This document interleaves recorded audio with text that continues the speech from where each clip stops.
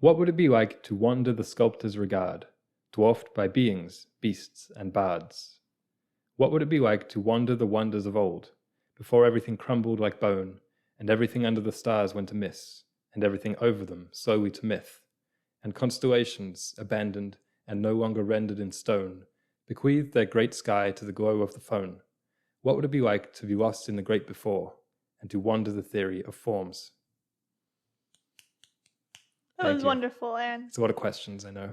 It was. What would it be like? What would it be like? Well, we're about to try and describe what it would be like, or maybe more accurately, what it will be like in the Solacene, because today we are going to be inventing our own 7 wonders for our utopian future that are kind of like parallels to the 7 ancient wonders, which I think we both have a lot of romance for and a lot of fascination. Certainly. I always like these episodes, or these brain exercises, you could say, of just inventing things out of nowhere, because when do we get to invent things anymore? That's what this whole podcast is supposed to be for, Alicia. I know. We just said we're going to do away with science. We're going to do away with practicality. With logic and all forms of reason. And we're just coming up with 7 true wonders. And so that we can make it fair, we each came up with 3, and we haven't collaborated or like discussed those. So I'm really hoping that we haven't chosen 3 really similar ones. I hope so. And then together we came up with one, which I think we should start with. Okay. So, the first wonder of the Solacene, we're calling it the Solaceum. The Solaceum. I love the name. Love the concept. Can you describe it to us? Because we each drew pictures for our wonders, and I know Aaron drew the one for this. The concept is something of a Colosseum. Solacene, Colosseum. Yeah. It's this giant entertainment facility that can be used for movies, movie premieres especially, I thought would be really cool. Because something that's key to the Solaceum is its placement, its location in the Solacene's New Hollywood. The Solacene has kind of moved past that den of degeneracy and unoriginality of current Hollywood, and there is a new mecca of storytelling somewhere in the Alps. That was the placement that I chose for it because we watched The Sound of Music a couple of weeks ago, and I just thought maybe all movies should look like this.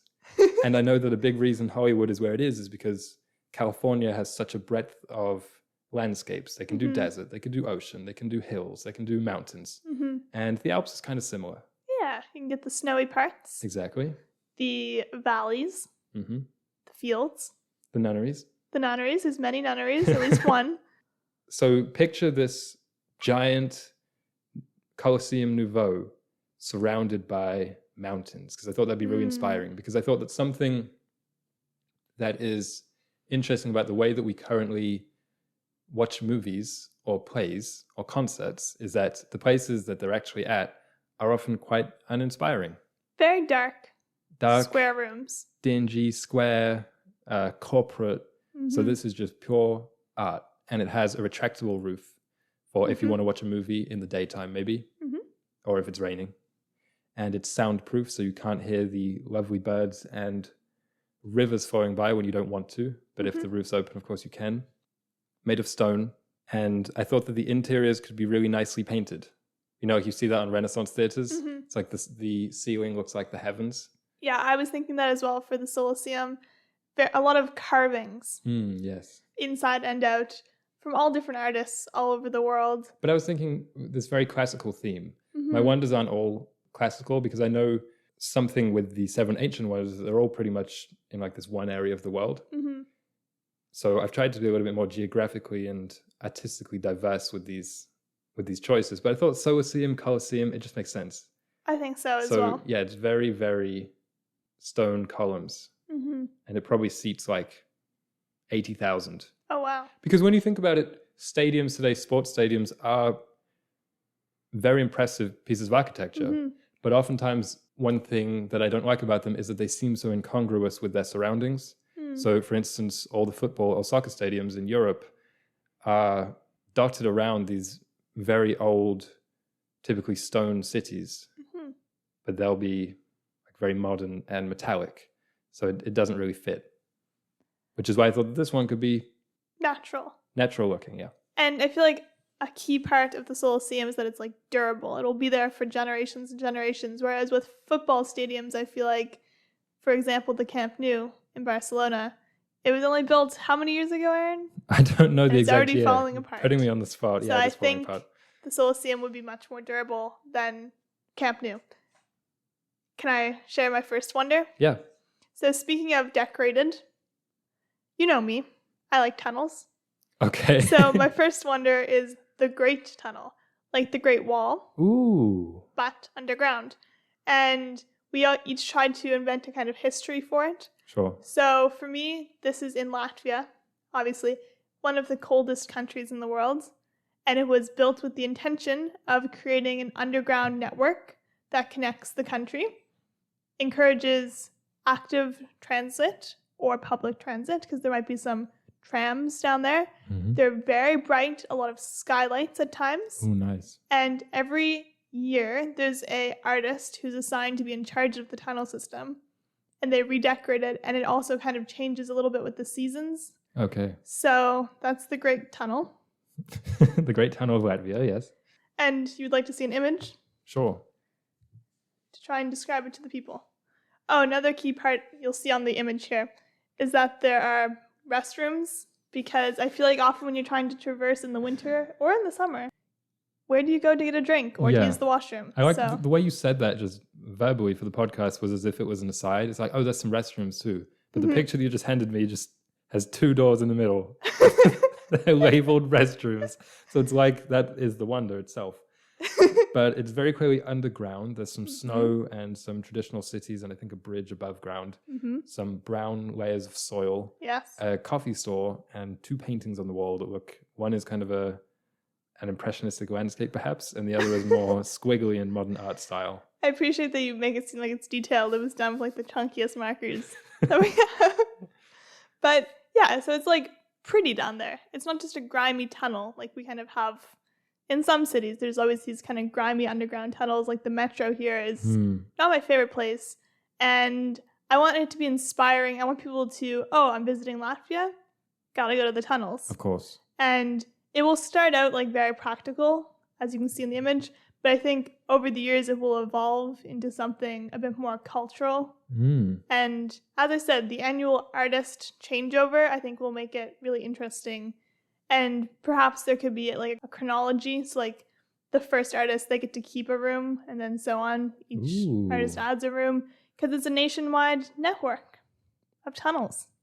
And that's the wonder, because it's a feat. It is a feat of engineering for sure.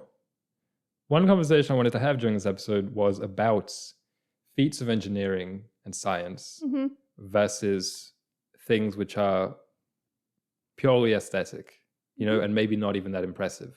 Like one of the more ridiculous things I found researching this for this episode was that there's a lot of people who are rather dismissive of the pyramids, as in, well, we could do that easily. It's one of the easiest shapes to make. They're just triangles. And I was like, you don't understand life. And this goes along with, I was looking for, because it's not just, there aren't just 7 ancient wonders, right? There's 7 modern wonders, there are industrial wonders, there's a lot of other wonders. It's kind of like the Guinness Book of World Records. It just kept increasing it. The 7 ancient wonders I suppose we should mention were the Colossus of Rhodes, the Hanging Gardens of Babylon, the Lighthouse of Alexandria, the Mausoleum at Halicarnassus, the Temple of Artemis at Ephesus, the Statue of Zeus at Olympia, and the Great Pyramid of Giza. And obviously that's the only one still surviving. The Hanging Gardens, people don't even think really existed. And 2 statues in there, a mausoleum and a lighthouse and a temple. So it's like only really one of them is a type of building that we would still accept as putting a lot of resources in today, that being the lighthouse. It's like, well, you needed it.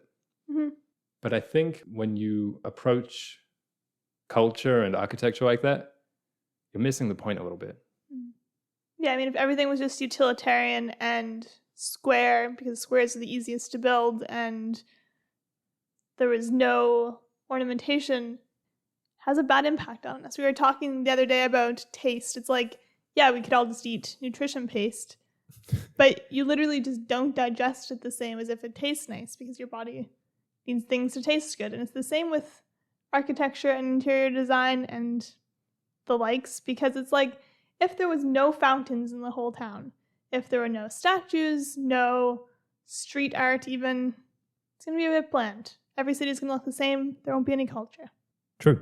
And I think in many ways, the ancient wonders are incredible and fascinating because they don't have any immediate profit-based or like quote-unquote practicality reason for existing. They are, and I hate the term, but they are just beautiful. It's like, but that's the whole point of everything. Yeah. It's like the modern industrial wonders might be more impressive from an engineering standpoint. Like some that I think I read people proposing were the Large Hadron Collider and the internet. And I was like, really? That's what inspires you, the Large Hadron Collider? I mean, you can't even touch the internet. And who's touched the Hadron?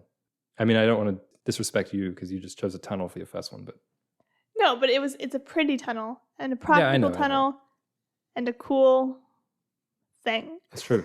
Something else with the ancient one I wanted to acknowledge is that I know that a lot of the reason that we find these so inspiring is because they have this double level of impressiveness. It's like they were these great things, and also they existed so long ago that pretty much they don't exist anymore. So it's like they have been mythologized by time and by their crumbling, most of them. Yeah. And that's definitely true. Like there's no way getting around that we tend to find things of today less impressive than if they were 1,000 years old. And that's why I think this conversation is so appealing as well, because it's like we're doing the same thing, but instead of for the distant past, we're doing it for the kind of distant future. Anyway, my next one is called The Greenhouse at Hellas Planitia. Okay. On the topic of you talking about utilitarianism versus decoration. So I'm showing you the picture. You can kind of describe it a little bit. Okay, it looks like it's in a desert, right? Perhaps. And there's a lot of green squiggles inside of this not traditionally shaped dome, kind of acorn-shaped dome. Or onion-shaped, indeed. Onion-shaped. And some trees outside, some little creatures on top. That's right. And these black lines on it. Yeah, that's like the greenhouse. You know, they always have like, it's like kind of like a cage style thing, right? Yes. And the clear parts would be the glass. Okay. So the neat thing about this wonder is that what you described as a desert is indeed a desert, but it's not on Earth. Hellas Planitia is a plain located within the Hellas crater on Mars, which is the third or fourth largest impact crater in our solar system, according to Wikipedia. And the crater is 7,100 meters deep, 2,300 kilometers across, so pretty huge. And I thought, we got to have something on Mars for the wonders. So this is a greenhouse because The Martian, I think, is an entertaining movie. And it's like, this one is kind of practical, but I thought, let's make it beautiful as well. So what you described as the trees outside, obviously the trees aren't going to grow in the Martian soil. So they are stone sculptures of trees. It's like a stone forest that they have outside the greenhouse, because it's kind of like we're trying to, one, it's like, these are our souvenirs from Earth. And another, it's like, this is what we're trying to create here. And what you described as little creatures are kind of little growth guardians, as I'm calling them, or gargoyles that are designed like leaf creatures. Kind of like the Koroks from Zelda. Told me the Koroks were going to make an appearance. I should have known. There they are. And they're kind of hanging around, and they are trying to protect the plants from inside, which are obviously growing kind of against the will of nature. Yeah. Yeah, the vision of sci-fi architecture, I think, tends to be really minimalist and utilitarian and sparse and somewhat depressing. I'm thinking about like the brutalism in the Dune movie that came out last year. But it doesn't need to be. So that's why I thought if we have these sculptures around. I think that's good. That's a really beautiful idea to me. This is what's called a hydroponic greenhouse, meaning that it's a closed system, 100% controlled by the scientists, of course, fast growing, all the water is recycled, the plants use the CO2 that astronauts breathe out for photosynthesis. That's just, I mean, yeah, you have the engineering marvel, but also it's going to be a beautiful thing. And it's in a crater, so it's like, it's kind of subsumed by the Earth, by the Mars, I guess, a little bit, but then poking out like this great onion. I feel a little silly because one of my things was almost the exact same. Oh, really? Yeah. That's what I was worried about. But I was like, these are so, because mine are like pretty simple things that I would think of. Okay. And I thought you were going to go like, I mean, yours is on Mars. Right. Which is good. So. Let's just hear it. I'll say it. It's called the Polar Biodome. Okay. And it's a polar research community which was established to monitor climate change. Yep. And in the Solacene, climate change will basically have halted and things will be good. Mm-hmm. So this biodome was built somewhere along the lines as a sort of rehabilitation center for animals, a center for people to live in as they're doing their work in the Arctic. Mm-hmm. But it's also a cultural hub. Of course it is. And it's where writers can come and stay. Sure. Filmmakers, musicians come to be inspired by the contrast of the dome Right. in compared to the brutal cold outside. Where is it? To the North Pole. Okay. I know I keep saying Of Arctic, course. but it's because it was originally the Arctic biodome, but then I decided it was at the North Pole. So here's the image. Wow. So it's like a real life snow globe, except it's the opposite way around. Yes. The snow is outside the globe. Yeah, it's the also dome. self-sufficient, so it doesn't require any resources to be maintained. There's the animals you can see there being rehabilitated in the This is distance. huge. Yeah. And it looks like there's a Ferris wheel. That is not a Ferris wheel. That's a water wheel. Oh, For I got energy. excited there for a second. It's not like the North Pole. No, For I thought real. it was. No. So is this building, is that where they build the toys or? There's people who live here, people, Yeah. Mm-hmm. and animals who live here. And there's the little place that people can come and visit. And what else about it? Oh, the design, as you can't tell from the image, is very minimal. Right. And I thought it could be inspired by like the Japanese gardens Oh, yes. Okay. with you can see there's little monuments all throughout, I can see. paying homage to the nature. Is it clear? Is it glass? Yes. Oh. It's also kind of a greenhouse sort of thing. Hmm. And that's my I feel like it wonder. would get very sweaty. But you want a little bit of sweatiness if you have to then go outside That's true. to the North Pole. That's true. Yeah. Lovely.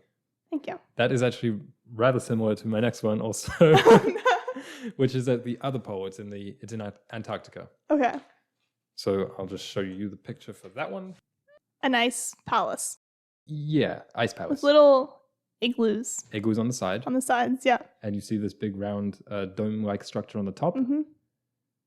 And An this, observatory. it's an observatory. Yeah. This is called the Argus Observatory. I like that name. Sounds like a real place, right? Mm-hmm. Because it's located in Dome A. Dome A. One thing I was really curious about, and I went on a little bit of a rabbit hole, is that what they say? Is the geography of Antarctica. That is Because true. it struck me that I couldn't name a single place within Antarctica. It's true. So yeah, this one's in Dome A, which is located on the East Antarctic ice sheet. It is the highest ice in Antarctica, so the closest to the sky, which is why I Okay. thought it'd be a good place for an observatory. It's true. And upon doing some research, there are several observatories on Dome A, but Look this at one's you. going to be the biggest. Okay. It's called Dome A or Dome Argus, and it was named after the shipbuilder who built the Argo for Jason. Mm-hmm. So I thought that was kind of fitting and mythological. The building is purple and white. You didn't really describe it very well, but I'm sorry. it's mostly white stone. Mm-hmm. But so to kind of differentiate it from the landscape, I thought we could have purple kind of ridges on the stone, Mm-hmm. and that might be from purple gemstones that we impress into the grooves of the Okay. stone. And you also didn't mention the kind of wavy design that's on the building, right? Mm-hmm. It looks like a topographical map kind of design. Yeah. And this is from what's called undulating stone walls. Okay. Kind of makes it like a wave. Ah. Yeah. So that's why I thought that would add some razzle dazzle to the flat white landscape. Love it. The other thing about Dome A is that it gets below 80 degrees Celsius every winter. Oh my goodness. Okay. And it's one of the driest places on Earth. It only gets 1 to 3 centimeters of snow every year, Mm-hmm. which makes it a good place for ice core samples, Mm-hmm. as you described for your place, Mm-hmm. but mine's cooler. And the igloo residences that you pointed out Yes. are because this is also a sort of getaway or like a school exchange program type thing. Like budding astronomers and scientists visit this place. Mm-hmm. And I think the cold is good for them. The travel is good for them. One thing, like I remember last year, it was like when Lorde was releasing her album, right? Mhm. She was like, I went to Antarctica And I was like, what? People can do that? Yeah. So, and she's not even a scientist. So I thought that'd be great for scientists. And I've been really thinking lately about exchange programs for students and how good that is for people. Yeah. Even when you don't go very far, but going to Antarctica would be the coolest thing. It's true. That's what I was thinking with my polar dome, is that people would go there for inspiration. So maybe if you're an artist, you go north. If you are scientist, you go south. Yeah. And then we just keep dividing the world until until it's only polar domes. Yeah. The cold. The other thing is, I know you said in the Solacene there's no climate change, but the climate did change a little bit. Yes. So maybe it gets to like minus 75 every winter, which is much more manageable, of course. The reason I chose the purple is because I think icy places tend to have this bluish, purplish tinge to them anyway. You know, when it gets really cold. Yeah. So that's kind of like, it's just fitting. And there's also these many turrets and towers, and it's a big kind of fortress type building, all connected, partially by igloo, but mostly by this stone building. I was inspired a little bit by Emerald City from The Wizard of Oz. Yes. I can see that in your drawing now. Right. The thing with your drawings, Aaron, is that often you add embellishments, and then when I mention them on the podcast, you say, no, that was just an embellishment. That wasn't actually meant in the design. Like, oh, those purple lines, they were just for fun. No, they're in there. Everything I drew today or for this episode has a purpose. I know that for the final boss. Sure. Okay, let's say yours. Or do you want to mention something else? Yay. Yay.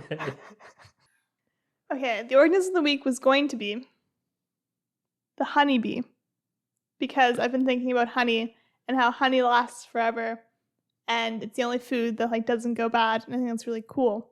And that's why the honeybee was going to be the organism of the week. Right. But then I got caught up in my Harry Potter book.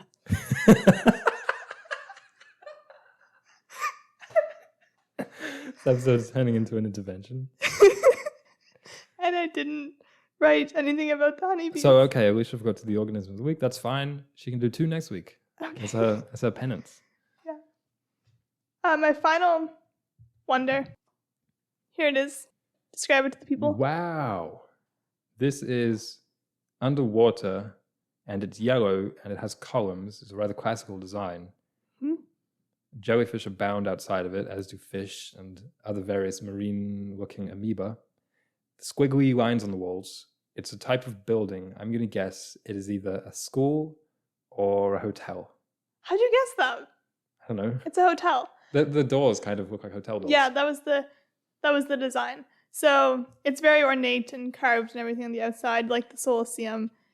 And it has, again, a very classical design. And it was originally designed as an art installation called the Underwater Hotel. It's located near all of those kind of island nations of the Maldives because, as I was saying in the beginning, this is set after climate change has kind of happened but then been resolved. So it was installed somewhere in the 2030 to 2050 realm. Oh, wow. So like in the near future, just as an art installation saying, okay, this is kind of a monument to all these lost island nations. And now, because climate change is resolved in the Solacene, it is an operating hotel once a year. And that is intended as a fundraiser to ongoing conservation efforts of kind of rebuilding the oceans. Okay, let me ask some questions. Yeah. Because I was reading recently about ice hotels, because those exist. Yeah. Typically, similarly to your underwater hotel, limited by seasons. They operate for a couple weeks of a year or a month of a year or something like that. But I'm wondering how the people breathe. You see, they're not actually going to be sleeping below the water. Oh, okay. It's going to be underwater. They'll get down via, either they can scuba dive down. It's not actually that low below sea level. Otherwise, it'd be kind of pointless. Like no one would be able to see it from the land. Like you can kind of see it. Oh, you can see it through the water? Yeah. That's nice. And so people would either scuba down or probably just take a little submarine elevator. And then you go in the front doors and you're always in this little like glass elevator-like thing. But there's still water like in the hallways, in the lobby, and so on. But then the rooms themselves, there's not many of them. They're very expensive because they're intended as a fundraiser. Yes. And so you'd go down and then you could go into the rooms and there's a little like vacuum seal. Ah, okay. And then you go into your room. And the room has little portholes so you can see the fish swimming by. Mm-hmm. That's lovely. Reminds me of the Life Aquatic movie. That's what it was inspired by. And yeah, I'm sure there would be some kind of year-round like tours that everyone could go to. And maybe one hermit who refuses to leave. Yeah. Okay. Yeah. And it'd be fun if there were like fish actually swimming through it. Whoa. It's very like inspired by Life Aquatic, but also just by Atlantis. Yeah. Because when I learned about Atlantis as a kid, I thought, if this doesn't actually exist, someone will make it someday. And so that's what I was thinking with this, finally making Atlantis. Hotels have such romance. Mm-hmm. I've been applying for jobs recently, and I really want to work in a hotel. Mm-hmm. Grand Budapest Hotel. Yeah. They just have this old worldy, like, oh, I'm staying at this hotel, I'm getting my passport stamped. Mm-hmm. I mean, that's not how hotels work, but suitcases, the employees with their hats, and in this case, the jellyfish swimming by outside. Yeah. That's lovely. Thank you. Do they have a kitchen? No. No, okay. I don't think so. What about like health and safety? Oh, no. None of This that. is the future. There's no health or safety. Just underwater hotels. I thought you said we didn't have to be realistic. No, it's true, we don't.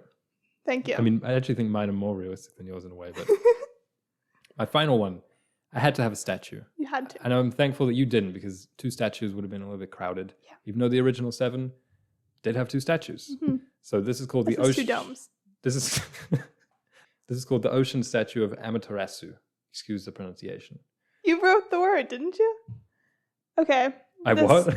Didn't you invent the word? No. I didn't know what an Amaterasu is. Amaterasu is the name of the Japanese sun goddess. At least I think it is. I was trying to do my research as much as I could about the Shinto mythology, but it's complex, so I apologize to anyone listening who knows more about it than I do. So it looks like a woman. It is. In a sort of pyramid-like structure floating in the water. Well, she's wearing like a robe, so I'm not very good. She's triangular, and then there's a sun protruding from her head.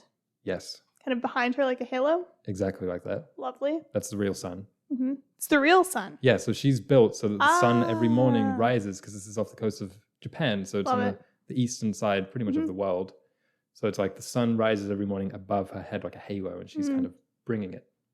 Lovely. I think that is a wonderful statue. Thank you. Can you tell me more about her? I can. So Amaterasu is one of the key Shinto figures. She's worshipped at the Ice Grand Shrine, which is one of the holiest places in Japan. It's a big tourist and worship pilgrimage. The Japanese imperial family claims descent from her. And amongst other stories, she's in charge of Takamagahara, which is the high plane of heaven where the gods dwell. So she's a very important figure. And yeah, the sun rising over her every day, not just for Japan, but for the whole world, because that's one of the places that rises first, to Australia. But they already had a wonder, because the Argus Observatory, I don't know if I mentioned that, but that's built by Australia, so I didn't want them to have 2, because it's kind of disproportionate. She gives me Statue of Liberty vibes. There are definitely Statue of Liberty vibes. You said she's triangular. It's because she has this robe, and I wanted to capture the fact that there's this fabric and it's flowing, because I think statues that have fabric depicted and it's like flowing it's really wonderful. delicacy is always really fun. She's very, very big. She's made of stone, and I really like statues, but my favorite types are statues in the water, either completely submerged or poking out, because for some reason that both terrifies me and fascinates me. And there's also a movie, shout out to Jason and the Argonauts, the old fantasy sword and sandal movie, and it has a scene where Poseidon rises out of the water.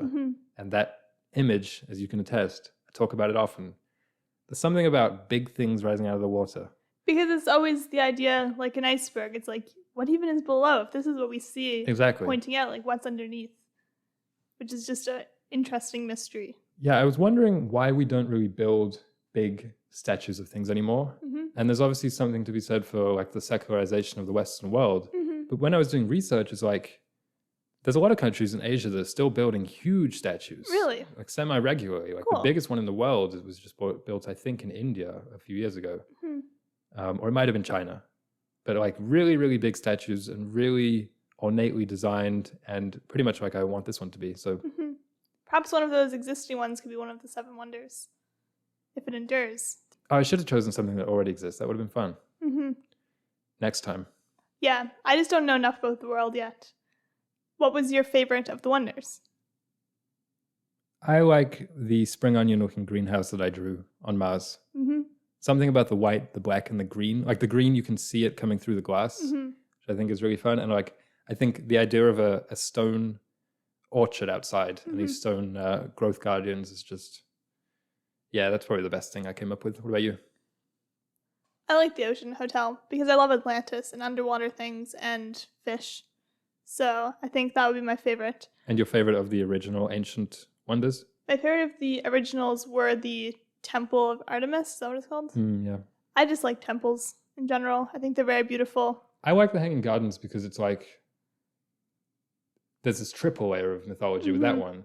It's really old. It would have been amazing. And also we don't even know if it existed. Yeah. So that's that.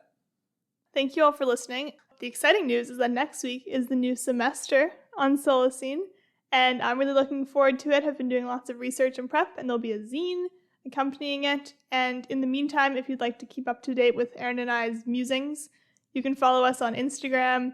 Erin has a blog, which I don't know how to get to it. It's linked in the description. It's linked in the description.